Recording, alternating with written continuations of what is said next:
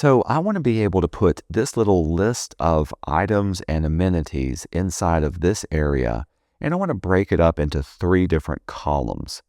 Now in Figma, there's no good way, at least now there's no good way, to automatically set columns for your text. So we're going to have to do this manually. But in doing so, this also gives us the ability to practice some auto layout as well as being able to turn on ordered lists.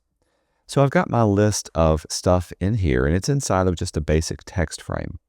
If you ever want to automatically turn on the little bullet points or even numbering for a list, you can go over to your typography. So I've got my text selected, and down at the bottom, turn on all the type settings. Under the basic layout, there's 2 different other standard list styles. There's a bullet point. So if I turn this on, you can see how it puts the little black dot. Or if you wanted to do a numbered list, it'll automatically set that too. Now, this is the default. There is no good way of quickly formatting and changing that other than to just use what's there. But this is also a standard setting. There's nothing wrong with it, but I think we can take it a little bit farther. I'm going to turn off my ordered list for now. First off, I'm going to need to put each individual thing inside of its own text frame. So I'm going to highlight my text. We'll go up to Edit and we'll cut it away. Then we'll click outside of it. This will create our own little individual insertion point, and then we'll paste it inside of its own area. Next, let's customize our own bullet point off to the side by drawing one. You can do this by a simple shapes tool, so you can do a circle or a polygon. I'm going to use a star just to kind of have some fun with it. And then we'll go over to the side, zoom in so you can see it. I could keep it a basic star. I could also change the radius of it. And if I wanted to, I can add more little points to it. So I think that kind of looks cool for a little point. And finally, I'll change the color of it so that it stands out just a little bit more. I'm going to make mine, let's make it like a bright, maybe not like a bright green, but a nice little green for there. All right, so now I've got my bullet point and I've got my list from here. I want to be able to reuse this layout. So with both things selected, I can right-click or control-click on it, and I can tell it to add an auto layout. This will automatically put a frame around all of my content, and you can see it automatically hugs that content to there. This means if I need to go change the size of anything, I can always select my frame. I can click and drag, and you can see how it automatically aligns everything to here. Or if I I've selected my text box inside of this one, I can set it to have a fixed width, or set the width of this, not from hug content, but to fill the container. And now when I go to resize it, it automatically resizes my stuff too. So this is a very powerful, quick, easy way of automatically setting this. Now, in order to add the rest of these, I'm going to move my frame up. I'm simply going to duplicate my frame and then copy and paste over each little part. So there it is, set to here. I'm going to zoom out more. I'm going to select all my frames just so I can, move everything up. Let's make multiple little copies of everything. Duplicate it down, cut and paste. Command X, Command V. Duplicate your frame. Select your text. By the way, I'm triple clicking to select that, cut and paste. You can see how some of these will automatically resize, and all I've got to do is just visually pull it down to get everything to fit. Whoops, held down the wrong key.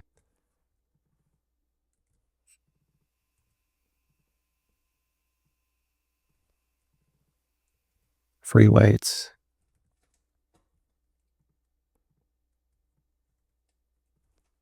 Locker rooms.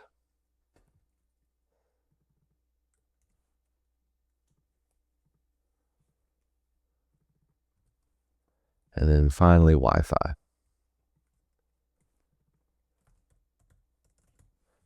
And then I can delete away this text frame.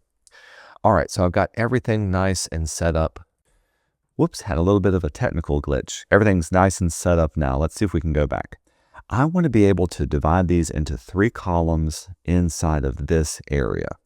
So to do this, I'm going to grab my frame tool and we're going to add just a basic frame. I don't know exactly the size of it just yet, but it's going to be something like this.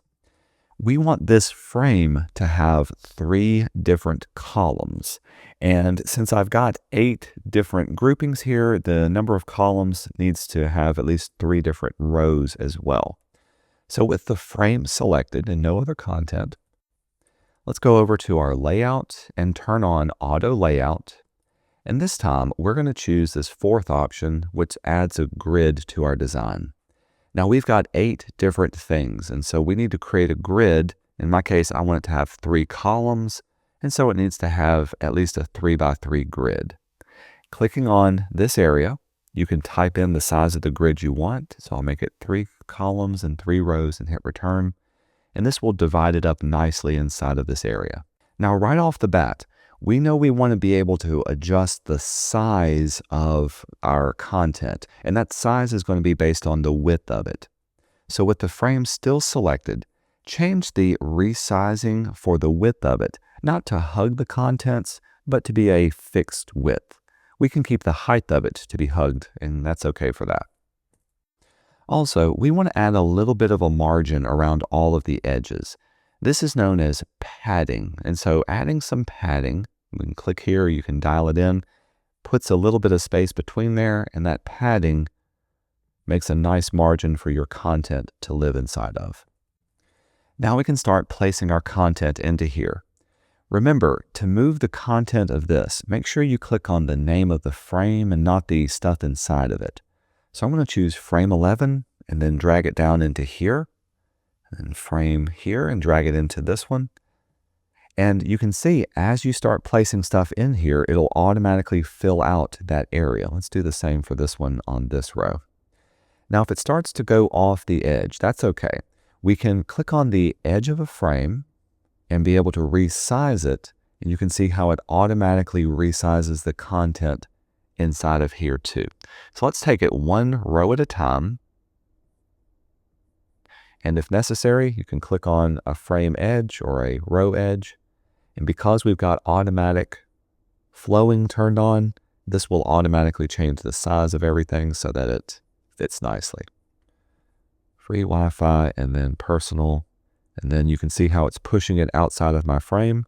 That means some content in here, in this case this one, simply needs to be resized so that it lines up nicely.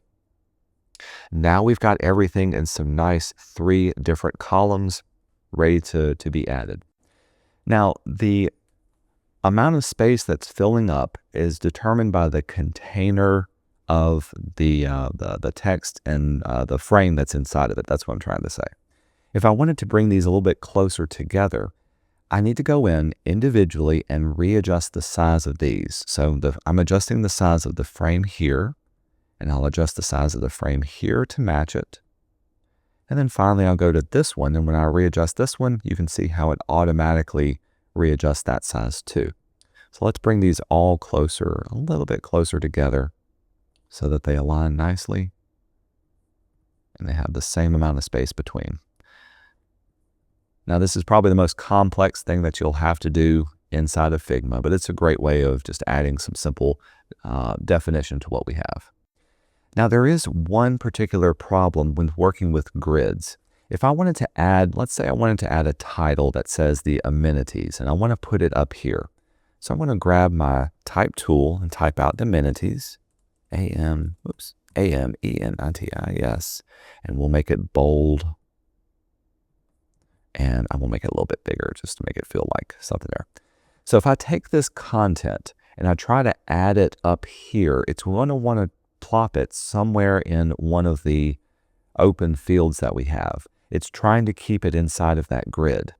Well, that's not exactly what I want to do. I'm going to undo and put it back outside from here. So there is a couple of things that we can do to remedy this problem. First off, we could just simply add another row. With our frame selected, we can open up our grid settings. So instead of it having 3 columns, I could say 4 columns. Oh, excuse me. Instead of 3 rows, it could have 4 rows. It adds a row to the bottom. And this means I have to select all of my content and shift it downward. And so you can hold down Shift, click and drag, and then pull those down. And then now I have an open area at the top. I can take my words amenities and stick it in there. And it fits my column structure nicely and works really well. All right, the final thing I need this to do. With my frame selected, if I go to resize it, you can see how it's automatically clipping all my content. I don't want that to happen. I want to make sure that it automatically resizes for me. So to do this, I need each of my columns to have to fill the width of it, to automatically reset. So with my frame selected, I can click on my grid one more time, and I can open up the grid settings. From here, notice that at the top, I can choose my rows or columns, and I've got column 1 selected, and I can tell it to fill the container. Let's choose the little dot here and tell it to fill the container, and then choose the dot here and tell it, whoops, you lose it, click on it one more time, tell it to fill the container. Now when I click on the edges, you can see how it automatically readjusts the size of it. However, when I go to resize this, all of my content starts to overlap. All right, so let's fix that problem as well too. Go into each of your containers and remember, set each one. I'm going to highlight and hold down Shift and select all of those. Now that all of my containers are set, we want their dimensions to fill the container as well too. So the content is filling the container and each of the rows is filling the container. Now when I go to resize it, automatically everything fits nicely and works well inside of our design. And we've got a fully functional set of columns. Let's place this inside of this area. So I'm going to delete that, choose my little frame, turn on my guides, and set my guides for this to fit nicely inside of that area.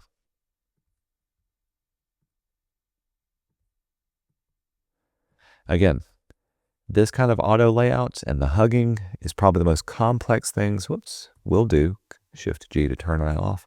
But it adds a lot of ease in adjusting your content later rather than having to realign and redesign everything on the fly. Okay, so this will be the last of the exercises for this particular unit. We've been working on just the desktop portion of this. So I want you to go to File, and I want you to export the frames as a PDF, and you can keep it medium quality. And I want to be able to see you use all the different techniques that we've learned. I'll go ahead and save that PDF. There we go. On just the desktop. For the project portion of this, for this unit, you're going to translate all of this to the other 2 different designs for your tablet as well as for your phone setup.